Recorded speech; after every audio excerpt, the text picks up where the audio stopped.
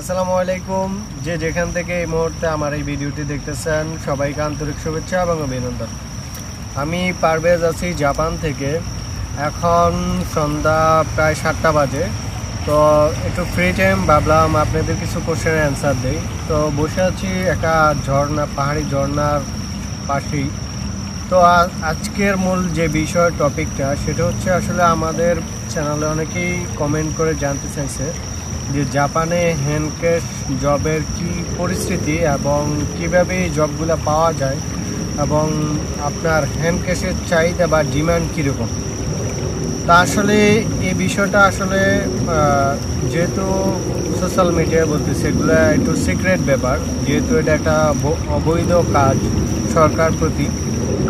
তারপরেও যারা জানতে চাইছে এখানে আসলে বিভিন্ন দেশের লোকজনেই স্টুডেন্ট ভিসায় আসে এবং সরকারি নিয়ম অনুযায়ী হচ্ছে আসলে 28 ঘন্টা জব করা। তো 28 ঘন্টা জবের পরে আসলে অনেকেরই যথেষ্ট পরিমাণ টাইম থাকে, সেই টাইম মতো জব করে। সেটা আসলে জাপানে বা পৃথিবীর অনেক দেশেই এটা করা যায়। তো জাপানেও আসলে এই জবের ডিমান্ড অনেক। তো অনেকেই আসলে বাংলাদেশ থেকে এই বিষয়টা জানতে চায়। তো এই বিষয়ে আসলে একদম খোলাখালি বললে বা জাপানে যত স্টুডেন্ট আছে যে কোনো দেশেরই সবাই আসলে টুকটাক হ্যান্ড ক্যাশ এবং ব্যাংক জব দুইটা মিলেই কাজ করে। তো যারা নাকি হ্যান্ড ক্যাশ বা ব্যাংক জবের যে বিষয়টা সেটা হচ্ছে আসলে নর্মালি আপনি যদি একদম সর্বনিম্ন লো স্যালারিতেও জব করেন তারপরে আপনার মান্থলি এই দেশে 1,20,000 ইয়েনের মধ্যে আপনার পড়বে এবং সাথে এই ব্যাংক জবটা কমপ্লিট করতে আপনার সর্বনিম্ন 28 ঘন্টা এক সপ্তাহে কমপ্লিট করতে আপনার সময় লাগবে সর্বনিম্ন 4 থেকে 5 দিন। 4 থেকে 5 দিনের মধ্যে আপনার 28 ঘন্টা কমপ্লিট হয়ে যাবে। ধরুন 5 দিন যদি হয়, বাকি 2 দিনই আপনি আরও যদি হ্যান্ড ক্যাশ পান, লং হ্যান্ড ক্যাশ, সেই ক্ষেত্রে আপনি মিনিমাম আরও 15 বা 20-এর মতো ইনকাম করতে পারবেন।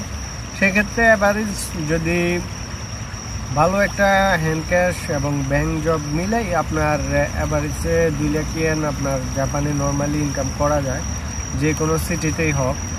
আর আরও যদি অন্য অন্য সিটিতে বা টোকিওর কাছাকাছি পড়ে, টোকিওতে যারা ধরেন ভার্সিটিতে ল্যাঙ্গুয়েজ কোর্স কমপ্লিট করে ভার্সিটিতে যারা সেনমনে যায় টোকিওতে, তারা নর্মালি কিন্তু আপনার 3 থেকে 3.5 লাখ টাকার মতো ব্যাংক এবং হ্যান্ড ক্যাশ জব মিলেই করে। যেহেতু টোকিওতে টাকার স্যালারিটা একটু বেশি, যেখানে নর্মাল অন্য অন্য সিটিতে আওয়ারলি 1000, টোকিওতে 1500 এরকম বিষয়। তো সেই ক্ষেত্রে 3 থেকে 3.5 লাখ টাকার উপরে আপনার টোকিওতে স্যালারি পাওয়ানো সম্ভব হয়। তো আজকের এই বিষয়টা আশা করি আপনারা বুঝতে পারছেন। জাপানের হ্যান্ড ক্যাশের ডিমান্ডও আছে প্রচুর, যে কোনো সিটিতেই আসলে হ্যান্ড ক্যাশ জব অ্যাভেলেবেল আছে। তো যারা এই সম্পর্কিত আরও কিছু জানতে চান তারা অবশ্যই আমাদের ভিডিওর কমেন্টে অ্যান্সার দিলে আমরা আপনাদের জন্য সম্পূর্ণ একটা ভিডিও এবং বিস্তারিতভাবে তৈরি করার চেষ্টা করব। তো সবাই ভালো থাকবেন, সুস্থ থাকবেন, আল্লাহ হাফেজ।